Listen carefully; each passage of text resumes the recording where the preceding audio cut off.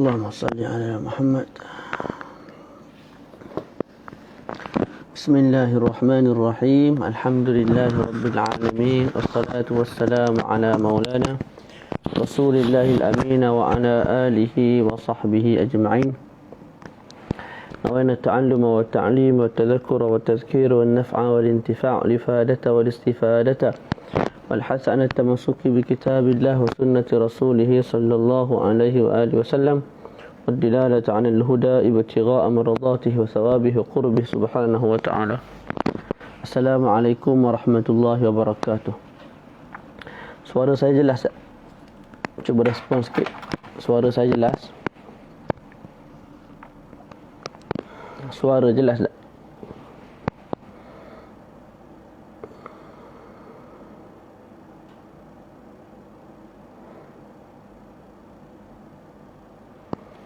Nah,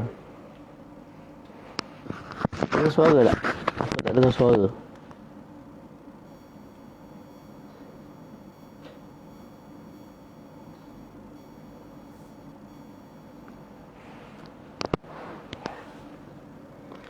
Jelas. Okey, insya-Allah kita mulakan Ustaz Amirul.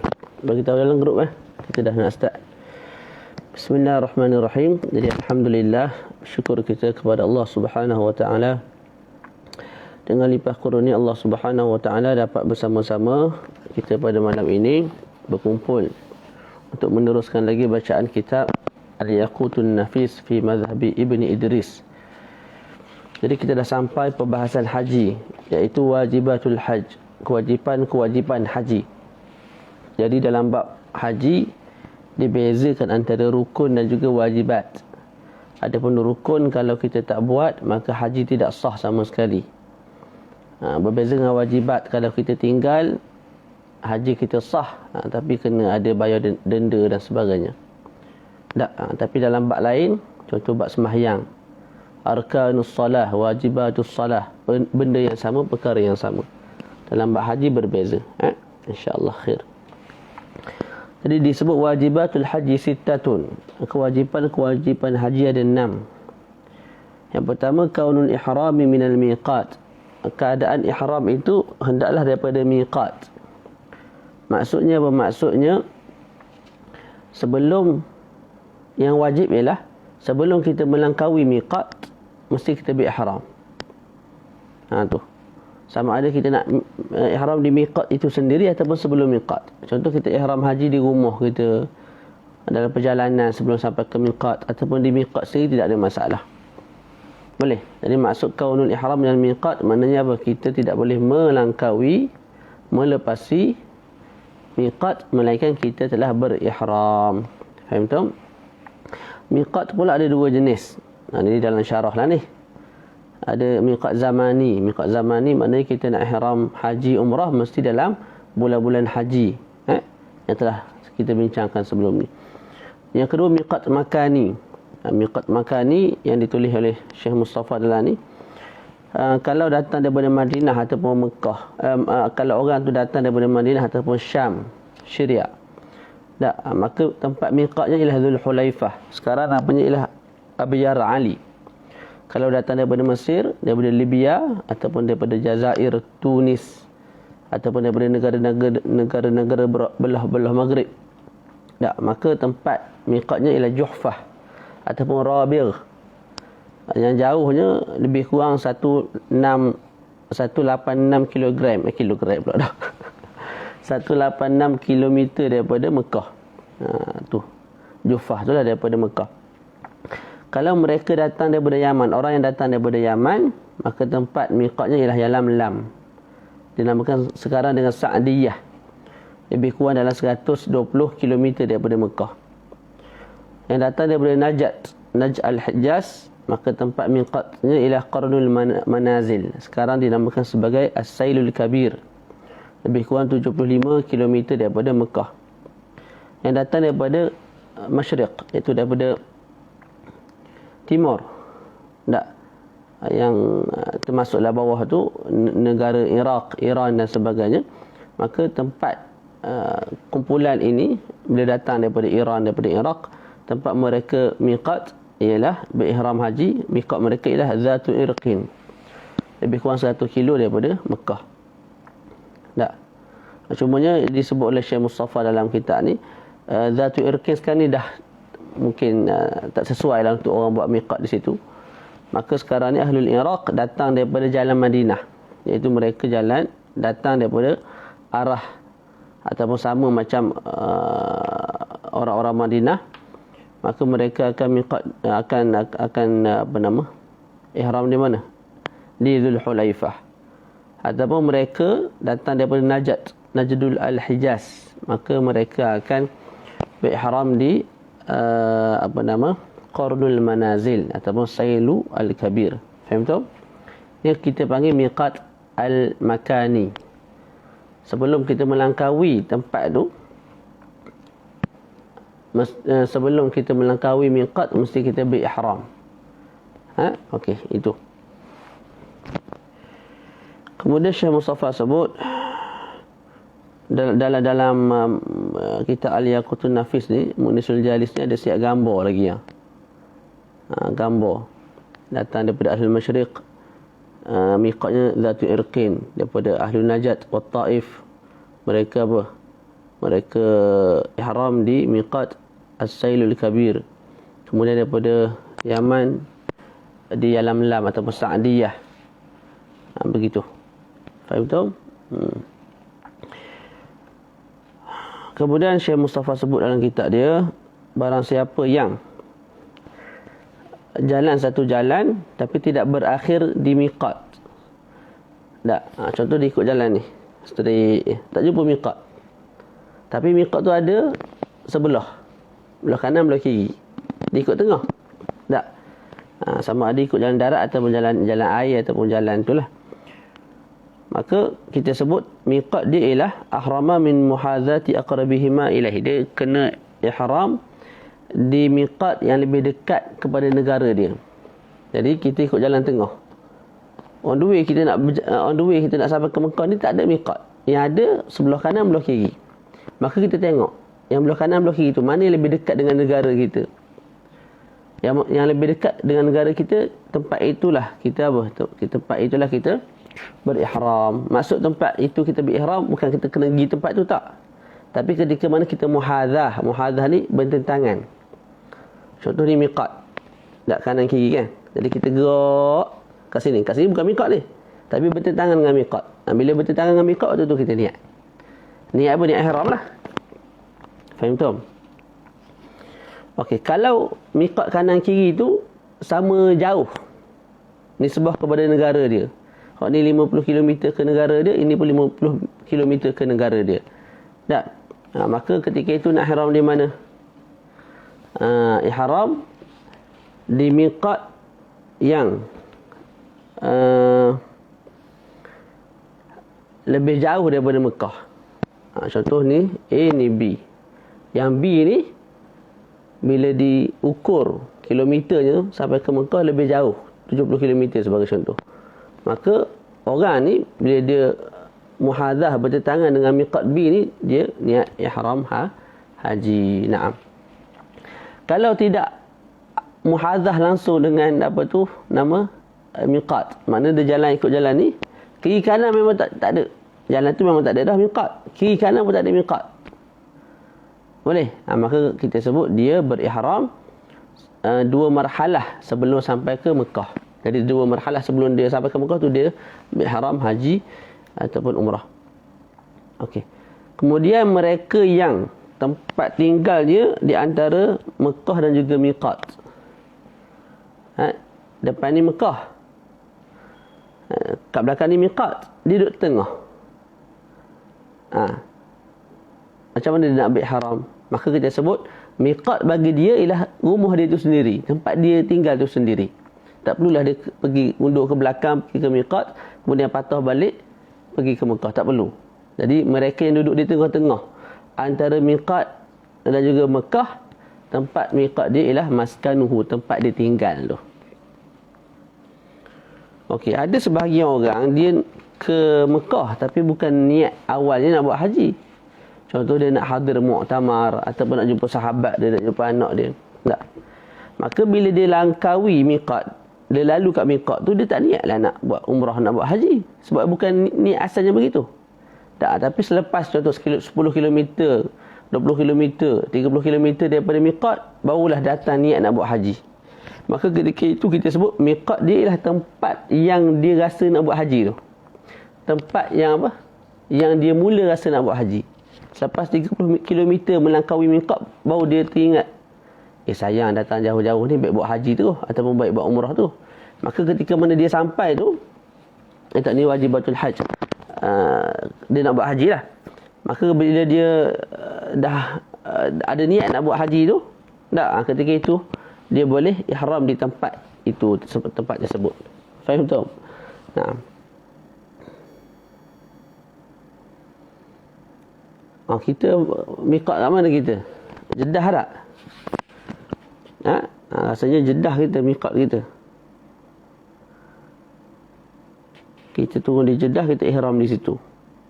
Saya pun tak pernah pergi haji ni. Cerita ni teori belaka ni, pergi tak pernah.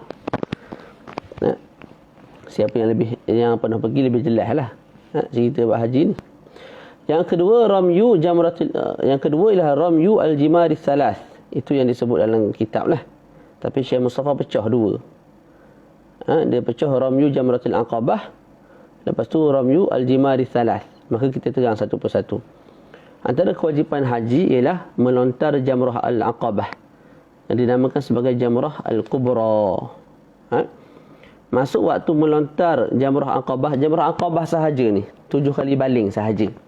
Tak. Masuk waktunya pada selepas separuh malam raya. Mana esok raya? Tak. Esok raya malam ni, selepas separuh malam, malam ni 10 jam, masuk 5 jam yang kedua tu. Tu.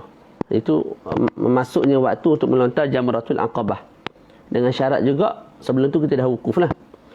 Waktu fadilat bagi melontar jamrah al-aqabah ialah selepas matahari naik dan antara matahari naik dan sebelum matahari tergelincir. Tu pada hari ke-10 Zulhijjah. Boleh? Hari raya lah tu.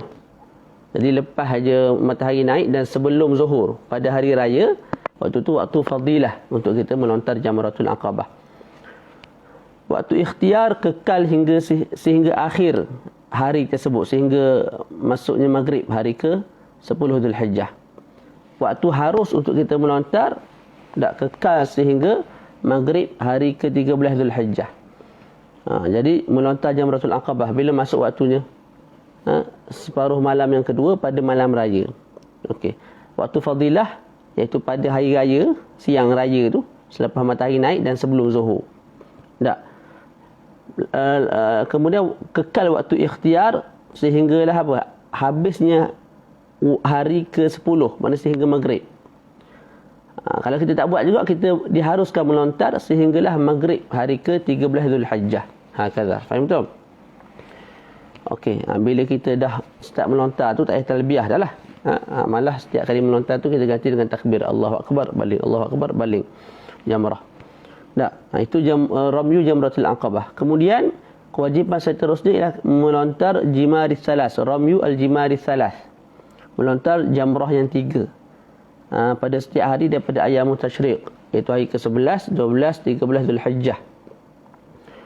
Melontar 3 jamrah. Apa 3 jamrah tu? Jamratul sughra yang dekat dengan Masjid Al-Khif. Kemudian jamratul wusta, kemudian jamratul aqabah. Jamratul aqabah yang kita melontar pada hari ke-10 tu. Boleh? Boleh. Jadi pada hari ke-11 kita melontar 3 jamrah. Start dengan sughra, wusta, kubra. Hari ke-12 sama, kita melontar 3 jamrah. Iaitu apa? Sughra, wusta, kubra. Hari ke-13 pun sama. Sughra, wusta, kubra. Dan setiap satu jamrah tu kita lontar 7 kali. 7 biji batu lah. Secara berasingan satu persatu. Boleh. Bila masuk waktu melontar? Masuk waktu melontar ialah selepas zuhur. Bagi setiap hari, setiap ayyamut tasyriq. Maknanya masuk waktu melontar hari ke-11 ialah selepas Zuhur hari ke-11. Waktu melontar hari ke-12 ialah selepas Zuhur hari ke-12. Masuk melontar hari ke-13 ialah selepas Zuhur hari ke-13. Dan waktu bagi tiga-tiga ni kekal sehinggalah Maghrib hari ke-13. Maknanya apa? Kalau hari pertama, hari ke-11, 11 Zulhijjah tu kita tak melontar langsung Jamratul Sughra, Kubra dan juga Wusta dan juga Kubra, maka kita boleh buat esok. 12 hari bulan pun tak buat, kita boleh buat hari ke-13. Sebab waktu dia kekal sampai apa? Sampai Maghrib. Jadi masuk waktu by hari. Makna hari ke-11 waktu Zuhur, ke-12 waktu Zuhur, ke-13 waktu Zuhur. Masing-masing semua sekali tu, tiga-tiga tu keluar waktu ialah pada 13 Zulhijjah, iaitu selepas dengan masuknya waktu Maghrib. Naam. Kemudian Syekh Mustafa tambahlah dalam matan tak ada, disyaratkan untuk sahnya melontar 7 syarat. Kita baca laju-laju je. Yang pertama, mesti melontar 7 lontaran secara yakin. 7 kali, 1, 2, 3, 4, 5, 6, 7. Boleh. Walaupun menggunakan sebiji batu, kita baling batu tu, masuk lagi kita ambil balik. Lepas tu kita baling balik, ambil balik, baling balik. Tidak ada masalah. Kita ambil iktibar dengan lontaran, bukan bilangan batu. Lontaran tu mesti 7 walaupun guna sebiji batu. Faham betul? Ya, nah. Lepas tu mesti one by one. Tak boleh kita ambil 7 biji baling sekaligus. Kalau kita ambil 7 biji baling sekaligus tu dia anggap 1. Kena tambah lagi 6. Faham betul? Nah. Kalau kita syak, kita buat 6 ke 7. Baling 6 kali ke 7 kali. Maka kita ambil yang kurang 6 lah. Melainkan kalau syak tu selepas selesai. Lepas selesai Jamratul Aqabah, Jamratul Sughra, Wusta, Kubra, baru datang syak. Aku tadi masa lontar di Jamrah Sughra tadi 6 ke 7. Yang tu tidak ada masalah, tidak memberi kesan apa-apalah. Kita sebut ibadah kamu tidak telah sah. Faham betul? Yang kedua, mesti melontar dengan tangan. Tak boleh sepak. Bang sekali sepak batu masuk dalam marmah, tak boleh. Mesti guna apa? Tangan. Tak boleh guna lastik. Nak berdeh setan duduk dalam tu, kuat sikit kalau guna lastik, tak boleh. Mesti guna apa? Guna tangan. Kalau tak boleh guna tangan dan tak mampu dah nak guna tangan dalam ayam tasyrik tu, tangan sakit 11, 12, 13 tu tak mampu langsung dah, maka ketika itu dia kena ganti orang lain, suruh orang lain yang tolong melontarkan jamrah untuk dia. Sama ada orang lain tu orang yang halal, yang bukan ihram haji dan umrah, yang bukan ihram haji, ataupun orang tu yang haram. Kawan kita yang ihram sama dengan kita, boleh kita suruh dia ganti, suruh dia buat untuk kita. Tapi dengan syarat mesti dia itu sendiri, pengganti itu telah melontar untuk diri dia sendiri. Naam. Yang ketiga, mesti kita melontar dengan batu lah. Tak kisahlah batu tu kita curi ke batu tu mutan najis ke, tidak ada masalah.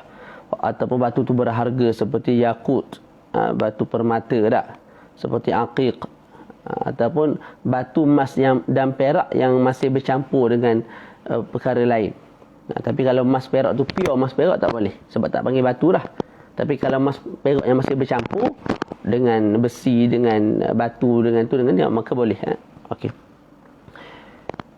Walaupun haram lah baling yakut apa semua tu yang berharga, yang bernilai mahal tu haram sebab kita buang harta. Tapi sah tu sah. Tak boleh. Jadi bila kita sebut kena baling dengan batu, tak boleh kita baling dengan kayu, dengan besi, tak dengan selipar. Mahu ke setan ambil selipar baling, tak boleh, tidak memadai. Sebab apa? Bukan nama batu, mesti dia guna batu. Yang keempat, mesti qasdul marma, kita qasad kepada marma. Marma tu lubang tu lah. Tak. Jadi kalau kita tidak qasad, tidak tuju balingan kita tu kepada marma, maka tidak sah. Contoh kita baling ke atas, tiba-tiba batu tu terjatuh dalam marma, kita tak niat pun nak baling ke dalam marma, tak sah. Tak. Ataupun kat marma tu dia ada satu tiang tegak, kita baling tiang, kita niat ke tiang tu, tiba-tiba bila kena tiang masuk ke dalam marma, tak sah juga. Mesti kita niat marma. Walaupun kita baling terkena tiang dan masuk marma, itu sah sebab memang kita niat marma. memang kita niat ke lubang tu, nak baling batu tu ke dalam lubang tu, memang kita niat nak baling ke dalam lubang. Tapi bila baling terkena tiang tu, kemudian masuk dalam marmah, boleh. Yang tak boleh, niat nak baling tiang, itu tak boleh. Tidak memadai. Kemudian seterusnya, yang kelima, kena yakinlah batu tu kena marmah, masuk dalam lubang, masuk dalam tempat melontar tu lah. Lubang tu kan, jamrah tu, lubang tu. Kalau kita syak kena kedok, maka apa? Tidak dikira balingan tu kena tambah. Yang keenam, mesti tidak ada sarif. Contohlah tengah tu ada binatang, jadi kita niat nak baling binatang. Lepas kena binatang masuk dalam marmah, itu tak boleh. Sebab apa? Sebab ada sarif, ada panggil apa? Pemaling daripada niat nusuk. Satu perkara yang memalingkan kita daripada ibadah, iaitu baling batu dalam marmah, kepada perkara lain, iaitu baling ke binatang, lembu ke kambing duduk dalam tu, kita niat nak baling ke dia, tiba-tiba termasuk dalam marmah, tidak memadai. Yang ketujuh, mesti tertib lah. Mesti tertib. Tak? Tertib apa? Tertib melontar 3 jamrah pada ayyamut tasyriq. Jadi hari ke-11, hari ke-10 tadi Jamratul Aqabah sahaja. Hari ke-10 Jamratul Aqabah sahaja. 11, 12, 13. Yang tu kena tertib, start dengan sughra, wusta, kubra. 12 pun sama, 13 pun sama. Kalau hari ke-11 tu kita start dengan kubra. Kubra dulu. Lepas tu wusta, lepas tu baru sughra. Maka kita sebut sughra je yang dikira, kamu kena ulang balik wusta, kemudian kubra. Boleh? Tu jadi kena tertib. Faham tu? Okey. Yang ketiga, kewajipan yang ketiga, wal mabitu bi Muzdalifah. Wal mabitu bi Muzdalifah, bermalam di Muzdalifah. Tu terjemahan kita lah. Tak, dia bukan mesti tidur, tak. Tapi terjemahan mabit ni bermalam lah. Kita terjemah bermalam. Wal mabitu bi Muzdalifah, bermalam di Muzdalifah selepas wukuf di Arafah. Jadi selepas kita wukuf di Arafah pun kat mana saya pun tak tahu, Muzdalifah kat mana pun saya tak tahu, tak pernah pergi. Tak, mungkin dekat-dekat je lah ni. Tak. Jadi lepas kita wukuf di Arafah, kita mana? Bermalam di Muzdalifah. Apa makna bermalam di Muzdalifah? Maknanya ialah kita kena ada di Muzdalifah selepas daripada separuh malam Lailatul Nahr.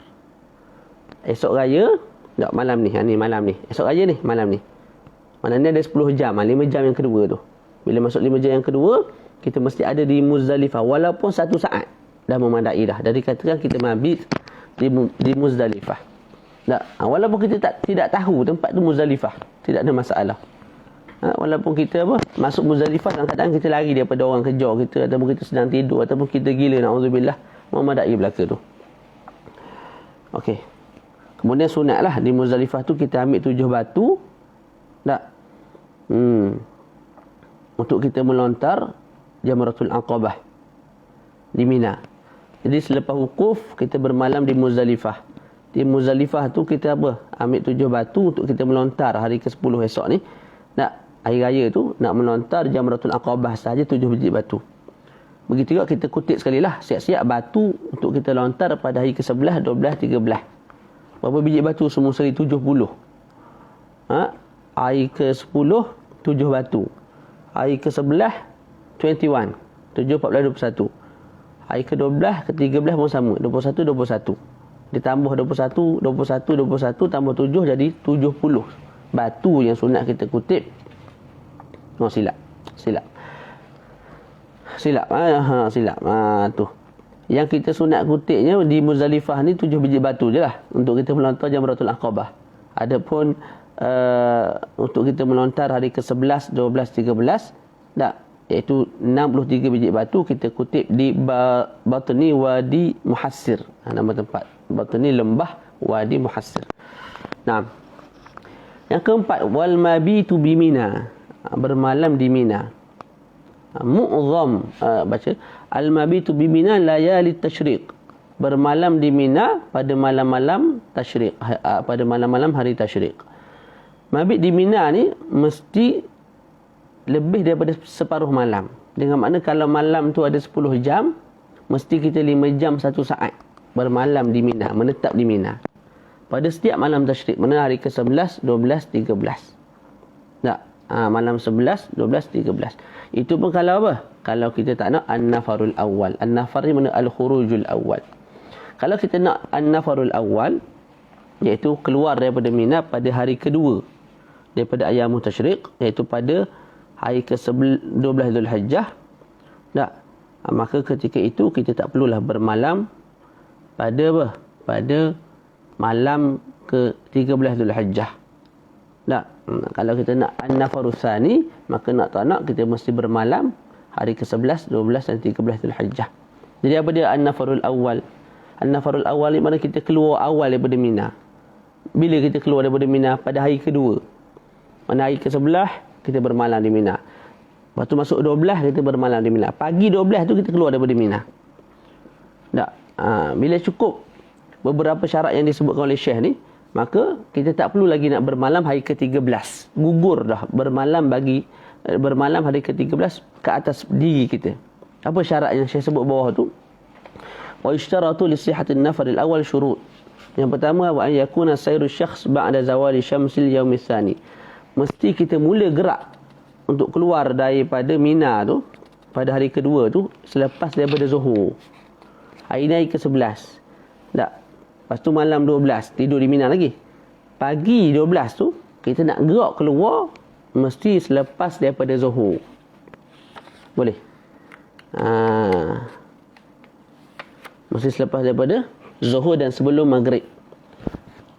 Boleh? Faham betul? Mesti kita keluar daripada Mina selepas daripada Zuhur dan sebelum Maghrib. Maksud mesti kita keluar daripada Mina selepas Zuhur tu maknanya apa? Selepas Zuhur tu kita pun start kereta gerak. Tak? Tu maksud dia. Walaupun kita keluar daripada tanah Mina tu selepas daripada Maghrib, tidak ada masalah. Yang penting kamu start kereta, motor, enjin kamu tu bergerak untuk keluar tu selepas Zuhur. Walaupun disebabkan jam, disebabkan ada aksiden dan sebagainya, menyebabkan kamu lepas Maghrib baru kamu betul-betul keluar daripada Mina, tidak ada masalah. Yang tak boleh apa? Yang tak boleh lepas Maghrib hari ke-12 tu kita duduk cokoh lagi buat tak tahu. Lepas isyak tu barulah kita ambil kunci, start motor atau start kereta, start baru nak gerak. Itu tak boleh. Itu kena bermalam hari ke-13. Tapi kalau lepas Zuhur hari ke-12 kita dah bergerak, tapi disebabkan zahmah yang bersangatan menyebabkan kita jam Maghrib dah. Sedangkan kita duduk dalam Mina lagi, tidak ada masalah. Kita boleh terus keluar daripada Mina dan tak perlu kita bermalam malam ke-13. Selesai. Tak, kalau tak kita kena bermalam, dia kena melontar jamrah yang ketiga tu lah, ke hari ke-13 tu. Syarat kedua, mesti seseorang yang nak buat nafar awal tu telah tidur 2 malam, iaitu pada malam ke-11 dan juga malam 12. Yang ketiga, adamul azmi alal audah. Tidak ada keazaman untuk kembali, untuk mabit kali kedua. Mana kita keluar tu memang keluar sungguh lah, tidak ada azam untuk kembali. Kalau ada azam untuk kembali, tidak sah nafar awal tu. Kemana kena bermalam hari ketiga juga dan kena melontar jamrah hari ketiga juga. Syarat yang keempat, mesti nafar itu, an-nafar ay al-khuruj, maknanya al-khuruj. Tak, mesti nafar selepas daripada melontar. Hari pertama hari ke-11 kita melontar 3 jamrah. Hari ke-12 kita melontar 3 jamrah. Lepas melontar tu, lepas Zuhur, barulah kita keluar daripada Mina. Kalau tak, tidak sah. Sebelum melontar tak boleh.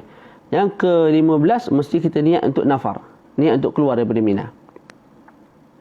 Niat tu bila mesti ada? Sebelum kita keluar. Walaupun 3 langkah sebelum kita keluar daripada Mina tu kita niat kita nak nafar. Memadai dah, tidak ada masalah. Bukan mesti masa start enjin gerak tu dah kena niat, tak. 2 langkah lagi nak keluar daripada Mina. Sebelum keluar tu kita niat untuk apa dia? Sebelum keluar tu kita niat untuk nafar, keluar daripada Mina. Nafar tu keluarlah. Tak. Selesai. Kemudian ada masalah. Apa masalah dia? Masalahnya ialah kalau orang tu nafar al-awwal dah cukup syarat. Dia gerak lepas Zuhur hari ke-12.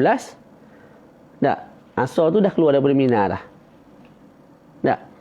Tiba-tiba dia tinggal barang di Mina. Dia patah balik ke Mina.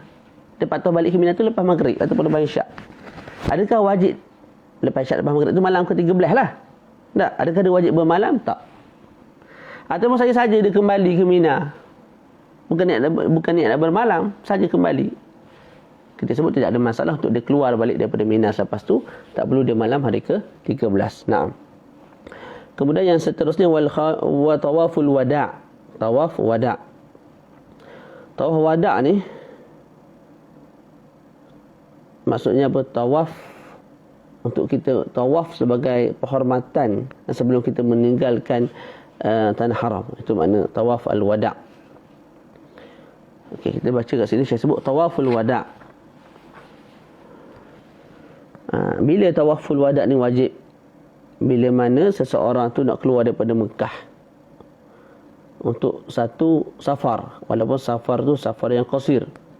Sama ada orang yang nak keluar tu orang yang halal ataupun orang yang muhrim. Tak. Tu dia kena buat tawaf wada'. Boleh.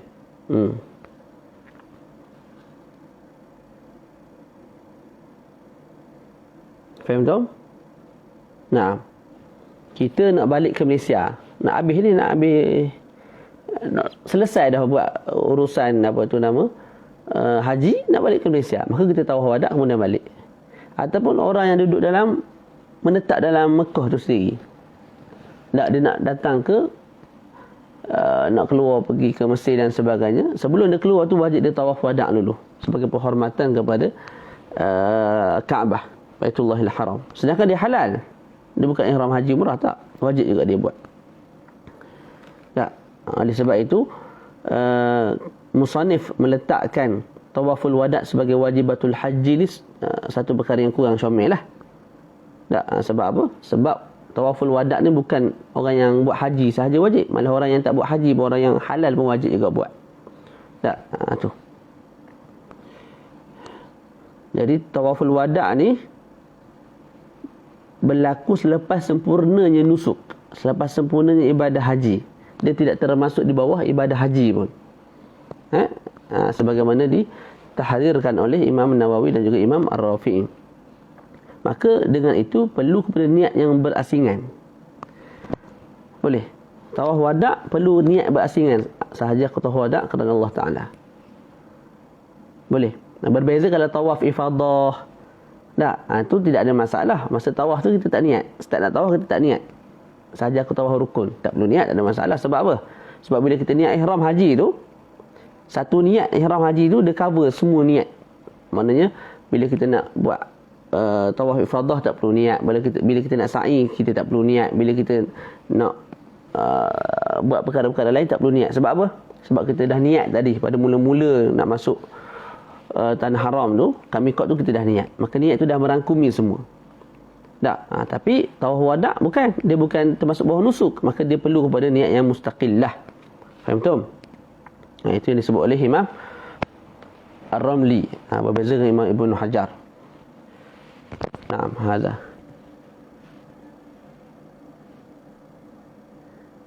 Kemudian satu masalah saya sebut kat sini. Masalah apa?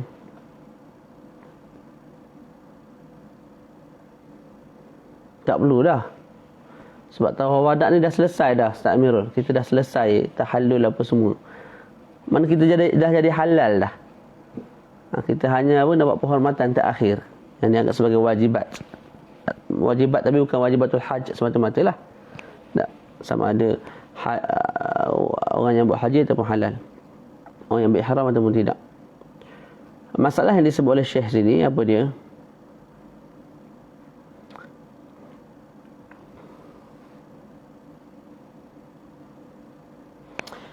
Zaid tak Zaid? Kita buat gambaran Zaid lepas wukuf di Arafah. Tak. Dia masuk Mekah balik dan dia tawaf ifadah. Okey, lepas tawaf ifadah tu dia nak ke Mina. Dan daripada Mina tu dia niat nak ke Malaysia, nak balik Malaysia dah. Jadi oleh sebabnya demikian, maka selepas saja dia tawaf ifadah, tak, dia terus tawaf wida'. Sebab apa dia terus tawaf wada'? Sebab lepas ni dia nak ke Mina. Lepas bermalam di Mina, dia terus nak balik Malaysia.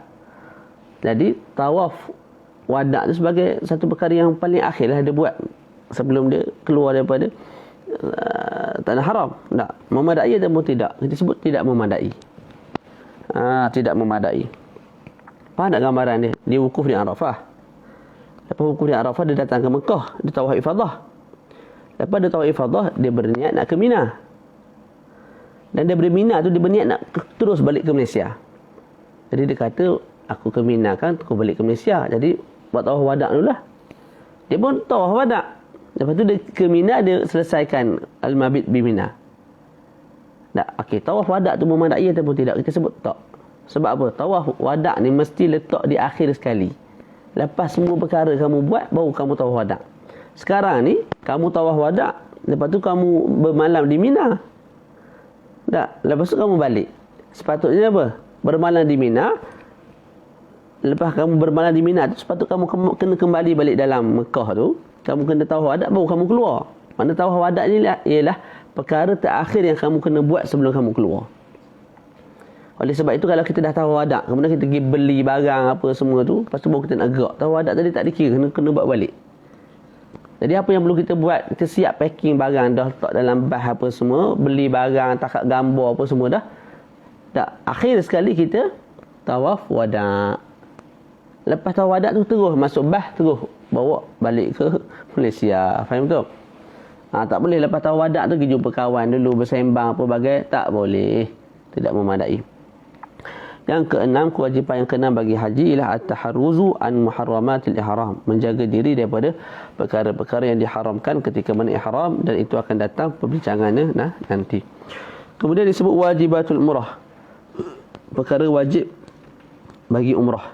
Wajibatul umrati ithnan, ada dua. Yang pertama, kaunul ihram minal miqat. Ihram daripada miqat. Samalah, ada miqat maka ni, ada miqat zamani. Miqat zamani sepanjang tahun lah bagi apa?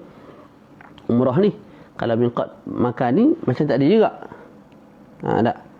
Maknanya apa? Kalau kita datang daripada Yaman, kita miqat di ihram di Lam-Lam. Dan begitulah, macam tak ada juga. Cumanya kat sini bezanya ialah kalau orang yang Makki, orang tu orang yang Makki ni mana sama ada dia memang orang Mekah sungguh, ataupun dia orang luar, orang Malaysia, orang Thailand, tapi duduk di Mekah, bermukim di Mekah 4 hari dan ke atas, maka dia tu kita panggil Makki. Tak, dia tu kalau nak, contoh saya duduk dalam di Masjidil Haram tu, dia di Mekah dah, di Mekah tu dah sebulan, maka saya Makki. Bila saya nak buat umrah, apa yang saya perlu buat? Saya kena ihram. Ihram mesti di miqat. Okey, apa miqat saya? Adnal hil.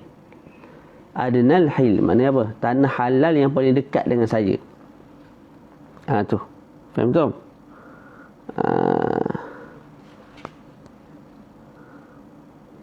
Tanah halal.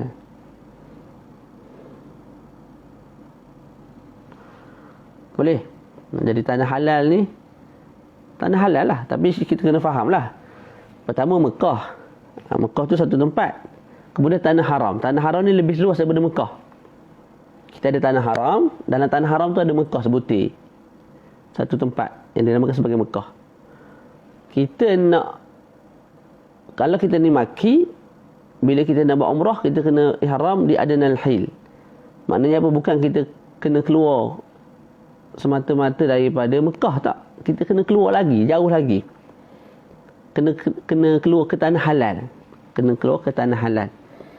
Dan sebaik-baik tanah halal yang wajar ataupun yang comel kita ihram umrah ialah Al-Ji'ranah, kemudian Tanaim, kemudian Hudaibiyah. Faham tak? Lepas tu dalam gambar tu saya sebutlah hududu Al-Harami Al-Syarif, hudud Al-Harami Al-Makki Al-Syarif. Jadi kalau tengok tengah tu je Mekah je. Tak? Tapi kawasan tanah haram tu lagi luas daripada Mekah tu. Jadi kita kena keluar daripada tanah haram tu, bukan keluar daripada Mekah semata-mata. Wa taharruzu an muharramatil ihram. Kewajipan yang kedua bagi umrah ialah menjaga diri daripada muharramatul ihram, yang akan datang perbincangannya satu per satu. Baca lagi. Wajibatut tawaf. kewajipan ketika mana kita tawaf. Maksud kewajipan kat sini lah syarat-syarat sah tawaf tu lah. Ada 10 wajibatu tawafi 10. Sama ada tawaf tu tawaf ifadah, tawaf qudum, tawaf wada', tawaf nazar, tawaf tahallul, tawaf sunat. Nak sah tawaf tu, syarat sah dia mesti ada 10 perkara ni. Yang pertama satrul aurah, tutup aurat. Kalau mampu tutup aurat lah. Hukum makamnya sebiji macam sembahyang. Jadi kalau aurat terbuka dengan sendiri, ataupun dia sengaja buka, maka kita sebut apa? Dia kena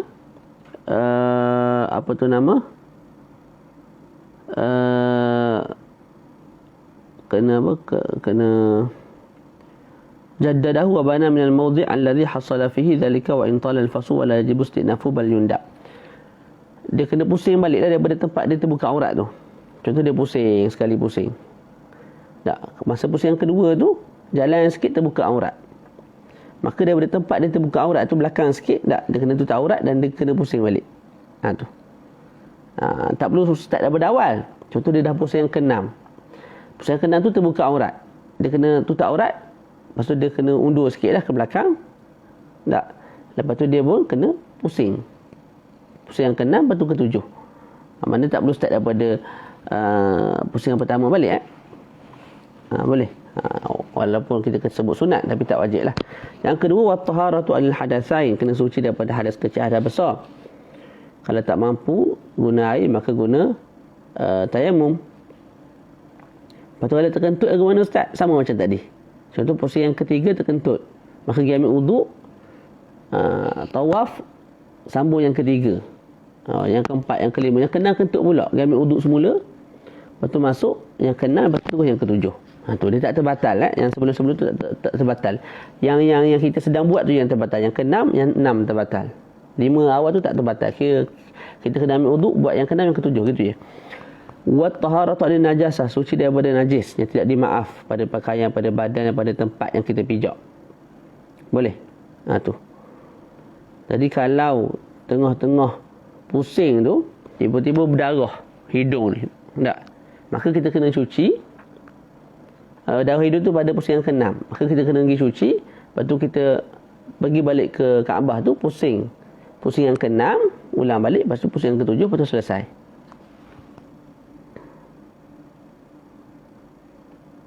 Betul Ustaz Amirul. Kalau dia pusing yang ke-5, tengah-tengah pusing dia terbuka aurat, kalau ditolak oleh angin, dia boleh tutup dengan segeralah. Tapi kalau dia buka sendiri ataupun jatuh sendiri, bukan ditolak oleh angin, maka dia kena start daripada awal. Mana start daripada awal pusing yang ke-5. Start daripada awal pusing yang ke-5. Sama ada nak undur balik ataupun dia pusing lah perhabis tu, cuma tak dikira. Lepas tu dia start balik untuk yang ke-5, yang ke-6, yang ke-7. Sekalipun masa pemisah tu lama. Contoh dia dah buat 4 kali. Pusing yang ke-5 dia kentut, dia ambil uduk. Ambil uduk dan sejam, berok, kencing, minum air zam-zam apa semua bagai. Lepas tu dia sambung yang ke-5, ke-6, ke-7, tidak ada masalah.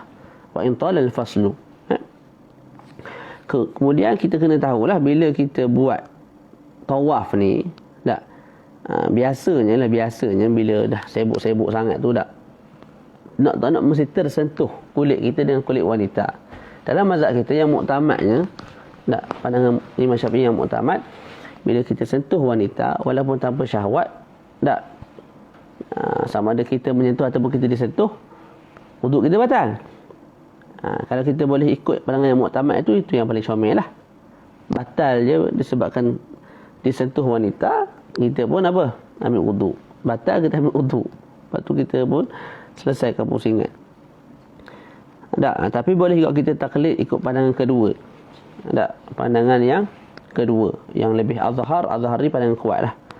Muqabilul azhar juga kuat juga dalilnya, cuma tak sekuat yang pertama. Imam Syafi'i sebut apa? Imam Syafi'i sebut yang disentuh tak batal, yang menyentuh dia batal.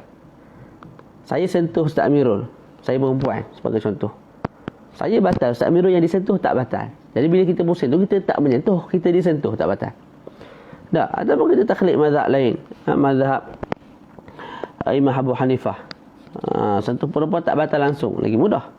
Ataupun kita taklid mazhab Imam Ahmad yang mengatakan apa? Nak batal mesti dengan syahwat. Kalau sentuh dengan syahwat tidak batal. Faham tu? Naam. Okey. Kemudian dimaaf kalau ada najis di al-mataf, tempat kita tawaf, kalau susah untuk kita jaga. Mana berterabur sekali najis, banyak najis keliling Kaabah tu, tempat tawaf tu. Dimaaf kalau kita terpijak. Tapi dengan syarat apa? Dengan syarat kaki kita kering, najis tu kering, kemudian tak sengaja pijak lah. Ni kalau cari tahi, mana tahi aku nak pijak, itu tak dimaaf. Faham tak? Yang keempat, ja'lul baiti, syarat sah yang keempat, syarat sah yang keempat bagi tawaf ialah ja'lul baiti an yasari. Kaabah tu duduk sebelah kiri kita. Kaabah situ kita pun berjalan, duduk kiri kita Kaabah. Bukan duduk kanan. Jadi kita pusing gini. Yakinlah, mesti yakin Kaabah tu duduk belah kiri kita. Kalau orang tu orang buta, maka zan Kaabah duduk di kiri dia. Yang kelima, wali bertida'u bil hajaril aswad. Mula start tawaf daripada hajarul aswad. Jadi kita Kaabah kan, Kaabah ada 4 penjuru. Tak? Penjuru kat sini adanya hajarul aswad. Lepas tu kita gerak sikit ada pintu. Lepas tu ada 3 lagi penjuru tu. Dah ada nama lah. Jadi mesti start daripada hajarul aswad. Tak boleh start daripada penjuru lain. Tak boleh. Mesti start daripada penjuru yang ada hajarul aswad. Kalau kita start daripada rukun lain, rukun Yamani ke rukun Syami ke, tak, maka pusingan tu tak dikira. Melainkan kita bila kita sampai di Hajarul Aswad, lepas tu kita pusing pula sekali, barulah dikira sekali. Jadi mesti start daripada apa? Al-Hajarul Aswad. Yang seterusnya, wa muhadzatuhu bi jami'i badani. Mesti kita muhadzah, iaitu bertentangan dengan Hajarul Aswad tu. Boleh? Contoh ni Hajarul Aswad. Tak, mesti kita gini. Kiri kita ni memang betul-betul bertentangan dengan Hajarul Aswad. Mana tidak ada juzuk badan kita lebih ke depan daripada Hajarul Aswad. Contoh gini. Ni. Saya depan ni. Hajarul Aswad kat sini. Tak boleh. Mesti saya duduk di belakang. Sebab tu dia pada tempat Hajarul Aswad tu dia ada bucu Hajarul Aswad tu dia ada garisan hijau. Jadi yang comelnya kita start daripada belakang garisan hijau tu. Maka bila kita start berjalan, maka seluruh kiri kita ni bertentangan dengan Hajarul Aswad. Lepas tu kita pusing, selesaikan. Jadi yang tak boleh apa? Kita duduk depan. Gini, start dari sini. Hajarul Aswad kat sini. Maka pusingan itu tidak dikira. Faham tu? Yang ketujuh, kaunuhu sab'an. Mesti 7 pusingan. Tawaf tu 7 kali pusing lah secara yakin. Kalau tengah-tengah tawaf kita syak 6 ke 7, kita ambil 6, kita tambah 1 lagi. Tapi selepas tawaf baru kita datang syak, maka kita sebut tidak memberi mudarat apa-apalah. Yang seterusnya, wa kaunu dakhilal masjid. Mesti tawaf dalam masjid. Sekalipun masjid itu telah dibesarkan. Jadi masjid hari ini jauh lebih besar lah daripada masjid zaman Nabi, tak kisah. Yang penting dalam masjid. Tak? Walaupun menggunakan helikopter. Pusing Kaabah. Tak? Faham tu? Walaupun lebih tinggi daripada Kaabah. Contoh tingkat 3, tingkat 5, tingkat 100. Yang penting kita pusing tu, Kaabah duduk tengah. Kaabah duduk tengah dan kita dalam masjid. Dan kita dalam masjid. Jadi tidak memadai kalau kita naik kereta kita pusing ke luar Masjidil Haram. Tak boleh, mesti dalam masjid. Faham tu? Okay, yang ke-9, kaunuhu kharijal bait. Mesti tawaf tu di luar Kaabah dan juga di luar hawa udara Kaabah. Jadi contoh di Kaabah. Tak. Mesti luar daripada ni. Jadi tak boleh kita masuk dalam Kaabah kita tawaf dalam tu, tak boleh. Tak. Dan mesti luar daripada hawaul Kaabah. Mana tadi kalau kita nak naik kapal terbang, tak. Jangan kita tawaf di Kaabah kan. Kaabah kita tarik ke atas. Tarik ke atas. Dia punya udara itulah, dia punya hawaul Kaabah tu. Tak boleh kita tawaf dalam tu, mesti tawaf di luar Kaabah. Faham tak? Faham lah tu. Dan juga wa syadarwan, mesti keluar juga daripada tawaf itu, mesti luar juga daripada syadarwan. Tahu syadarwan? Ni Kaabah. Tak. Tepi Kaabah tu dia ada apa? Orang panggil apa tu? Tengok dalam Google. Jelaslah syadarwan tu apa. Ni Kaabah. Dia ada benteng kat tepi ni, kat tepi-tepi Kaabah tu. Syadharwan minal Ka'bah. Tak boleh kita tengah tawaf kita pijak syadharwan, tak sah. Sebab apa? Pusingan tu dah tak sah. Kena ulang balik pusingan tu. Sebab apa? Kita dah tawaf dalam Kaabah. Ataupun ketika tawaf kita pegang Kaabah. Bila kita pegang Kaabah, maka tangan kita duduk dalam syadharwan. Syadharwan duduk bawah. Maka juga tidak sah. Wal hajri, mesti luar juga daripada Hajar Ismail. Hajar Ismail yang lengkuk tu lah. Tak, buka je Google, keluar belakang Hajar Ismail apa semua tu. Kita kena keluar daripada Hajar Ismail ketika tawaf. Tak boleh mengelak, masuk ikut tengah tu, keluar ikut ujung. Tak boleh. Shortcut, tak boleh. Faham tu? Tidak sah. Nah, tidak sah tu tidak sah bagi pusingan tu lah. Tak, yang dah ikut syarat apa semua tu cukup dah. Yang tu sah. Yang ke-10, ada musarfihi li ghairi. Ketika pusing tu, kita tidak niat selain daripada tawaf. Contohlah kita pusing tengok member ke depan. Maka kita ubah niat. Kita lari tu nak kejar member. Ataupun bini kita hilang, apa mana tak tahu.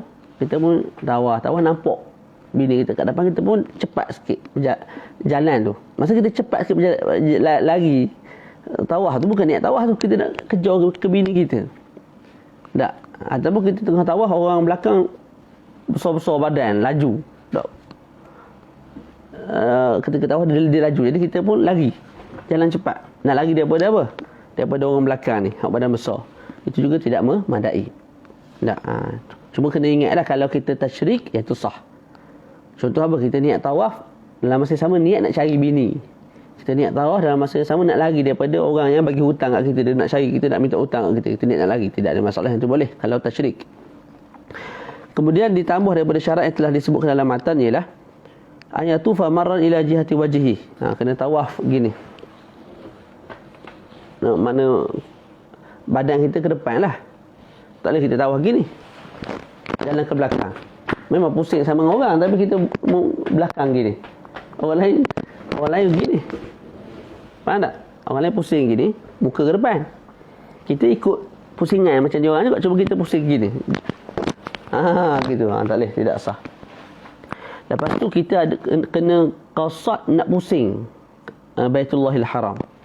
Jadi kalaulah tak tiba waktu untuk tawaf, kita pun bawa kawan kita hak buta. Kita tawaf, kawan kita tak tahu itu Kaabah. Maka kita habis 7 kali pusing. Sah tak bagi orang buta tu? Tak sah. Sebab apa?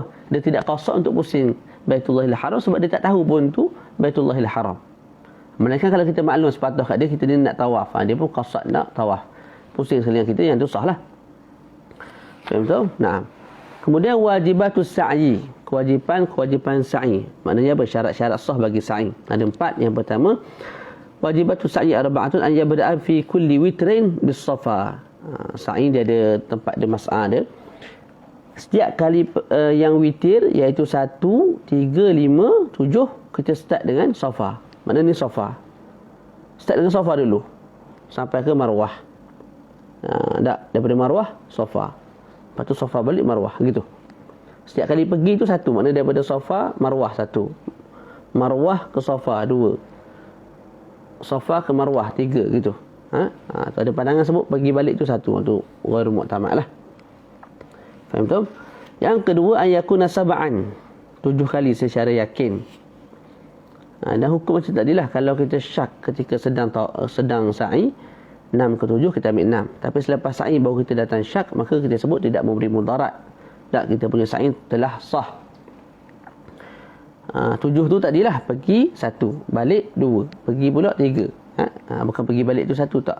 Yang keempat, syarat yang keempat, wa an yakuna fi ba'da tawafi ruknin au qudumin. Mesti sa'i dilaksanakan selepas tawaf rukun ataupun selepas tawaf qudum. Mesti. Maka tidak sah sa'i selepas tawaf sunat. Tak sah sa'i selepas tawaf nazar. Tidak sah sa'i selepas tawaf tahallul. Tidak sah sa'i selepas tawaf wada'. Tak sah. Mesti selepas tawaf qudum, mesti selepas tawaf rukun ataupun selepas tawaf qudum. Faham tu?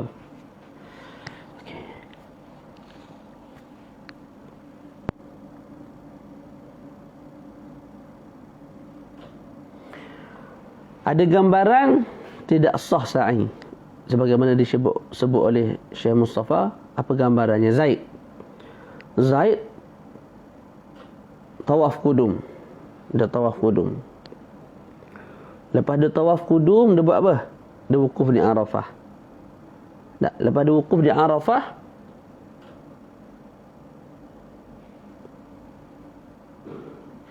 dia tawaf, dia sa'i. Boleh tak gambaran tu? Faham? Dia tawaf kudum. Lepas tawaf kudum, dia wukuf di Arafah. Lepas wukuf di Arafah, dia sa'i. Soalannya, sa'i itu sah tak? Kita sebut tidak sah. Sebab apa? Sa'i itu berada selepas wukuf. Kita tak nak selepas wukuf. Kita nak selepas saja tawaf kudum, terus sa'i. Selepas saja tawaf rukun, terus sa'i. Gitu. Jadi mereka yang tawaf kudum, lepas tawaf kudum, mereka pun wukuf di Arafah. Selepas wukuf di Arafah, barulah dia sa'i. Tidak sah. Sebab apa? Ketika itu, sa'i tidak lagi berada selepas tawaf kudum. Malah sa'i telah berada selepas wukuf di Arafah. Maka tidak sah. Lepas tu bila dia nak sa'i, dia kena sa'i, wajib dia sa'i selepas daripada tawaf ifadah. Lepas tawaf ifadah nanti barulah sa'i. Faham tu? Nah. Tambahan syarat yang disebut oleh Syekh Mustafa ialah an yastaw'iba as-sa'i al-masafata kullaha yaqinan baina as-safa wal marwah. Maknanya bersa'i itu mesti isti'ab lah seluruh masafah antara safa dan marwah tu. Jadi ni safa ni marwah. Mesti kena pijak, kena lalu seluruh kawasan safa dan marwah tu. Oleh sebab itu, disunatkan bila sampai di safa tu, panjat ataupun langkah tiga langkah ke depan. Mana nak yakin betul kita dah melangkaui, dah habis sungguh dah, pusing. Tak. Sampai ke marwah pula, kita langkah ke depan 3 kali lagi. Tak, sebab kalau kita cukup-cukup sahaja, takut ada juzuk safa yang belum kita sempurna, terus kita pusing ke marwah. Lepas tu sampai di marwah pula ada juzuk safa marwah yang belum kita selesai, kita pun terus pusing ke Allahumma salli ala Muhammad, silap. Apa penerangan dia? Macam ni. Ni safa, ni marwah. Ni safa, ni marwah. Kena lalu semua ni. Tak, jadi daripada safa jalan. Kalau tak ada sampai marwah lagi, dah patah balik, maka tak dikira tu. Tu mesti sampai marwah dulu. Oleh sebab itu disunatkan bila kita sampai di marwah tu, kita langkah lalu 3 langkah ke depan lagi supaya yakin betul kita dah selesai menyempurnakan mas'a tu. Tu. Seterusnya, hendaklah sa'i itu fi batnil wadi. Sa'i itu mesti berlaku di batnil wadi, iaitu mas'a, tempat sa'i yang ma'ruf, yang dikenali sekarang lah. Syekh sebut kat sini, hati-hati daripada kita bersa'i di tempat sa'i yang baru. Sekalipun ramai ulama' yang sebut boleh, yang sebut sa'i yang baru tu sebagai tempat sa'i juga. Tak. Syekh sebut hati-hatilah. Saya upaya cari tempat sa'i yang lama. Sebab dalam kitab Hasyiah Syirwan ni disebut apa? Disebut lebar mas'a, tak, luas ni hanya, lebarnya hanya apa? 35 zira', 35 hasta. Lebar dia. Jadi sekarang diluaskan. Jadi yang keluar daripada 35 hasta lebar tu, tak, mana masuk ke 36 ke 37 keluar, yang tu tidak sah dah sepatutnya. Tak. Jadi untuk ihtiyat, kita sa'i di Batnul Wadi yang memang tempat tu tempat yang lama punya. Okey, dia berbeza dengan tawaf tadi. Kalau tawaf memang sekalipun dibesarkan tempat tawaf, selagi mana dalam masjid tidak ada masalah. Kemudian yang terakhir ada musarif. Tidak ada pemaling lah. Tak. Kalau kita sedang sa'i, kita nampak orang yang berhutang dengan kita kat depan, kita pun percepatkan perjalanan nak kejar dia. Jadi ada juzuk daripada mas'a tu, kita bergerak, kita jalan bukan niat nak sa'i, tak, tapi kita niat nak apa? Kejar orang. Tidak sah. Kita kena undur balik, lepas tu kita kena gerak balik dengan niat apa? Dengan niat untuk sa'i. Tu. Faham tu? Okey. Dengan niat untuk sa'i tu bukanlah maksud kita kena niat untuk bersa'i. Setiap kali nak buat tu kena niat sa'i, tak. Sebab apa kita sebut tadi, bila kita niat ihram, maka niat sa'i, niat tawaf semua tu dah termasuk dah. Jadi kat sini tidak ada sarif je lah, tidak ada sarif, tidak, bukan mesti kita niat sa'i, tak. Yang penting tidak ada sarif. Kalau ada sarif, maka apa yang kita bergerak, berjalan tu di atas mas'a tu dengan niat lain daripada sa'i tu, itu tidak boleh. Tapi kalau tasyrik, macam kita sebut, tidak ada sebarang masalah. Yang terakhir, wajibul wukuf bi Arafah. Wajibul wukuf bi Arafah wahidun, satu je. Syarat sah wukuf di Arafah satu saja. Apa dia? Wa huwa wujudul muhrim biha. Mesti kita yang berihram ni ada di tanah Arafah lahzatan, walaupun sesaat selepas daripada gelincirnya matahari hari Arafah, iaitu hari ke-9 lah Arafah ni. Hari Arafah ni hari ke-9. Jadi selepas Zuhur hari Arafah, kita pergi Arafah, tanah Arafah, walaupun sesaat. Dah memadai dah. Dah dianggap sebagai wukuf, selesai dah wukuf tu. Nah. Sampai bila waktu wukuf? Ila tulu'i fajri yaumin nahar, sehingga terbitnya fajar,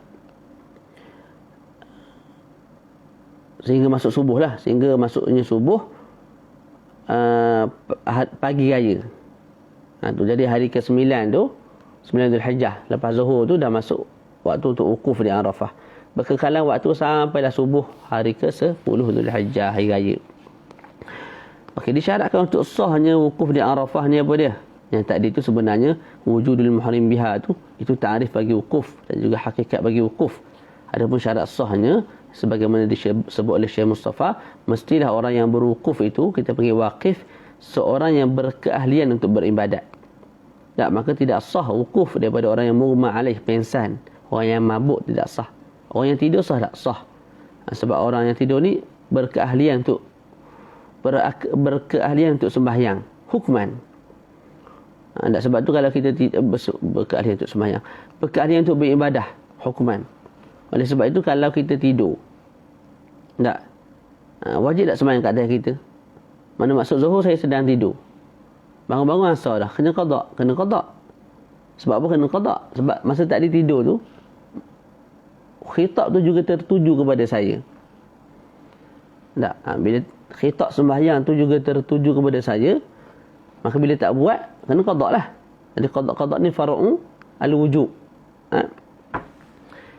Itu dalil kepada seorang yang tidur itu berkeahlian untuk beribadat, cumanya hukuman. Dan juga sah wukuf di Arafah bagi orang gila atau budak kecil, cumanya kalau mereka wukuf di Arafah, cumanya kalau mereka buat hajinya apa? Dapat nafilan lah, dapat pahala sunat tak? Macam telah kita bincangkan. Cukup sekadar tu, insyaAllah nanti kita sambung sunanul haji wal umrah. Ada sebarang soalan?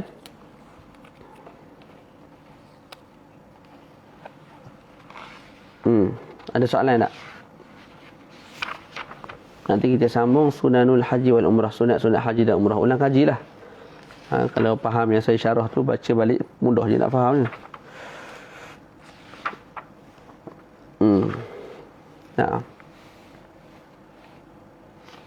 Boleh. Jadi insyaAllah nanti kita sambung sunanul haji wal umrah. Tengoklah kalau boleh habis sekali, kita habiskan sekali je. Kemudian kita masuk bab al-bai'. Tak masuk bab baik ni, puas dah. Faham betul? Nah, jazakumullah khairal jazak. Assalamualaikum warahmatullahi wabarakatuh.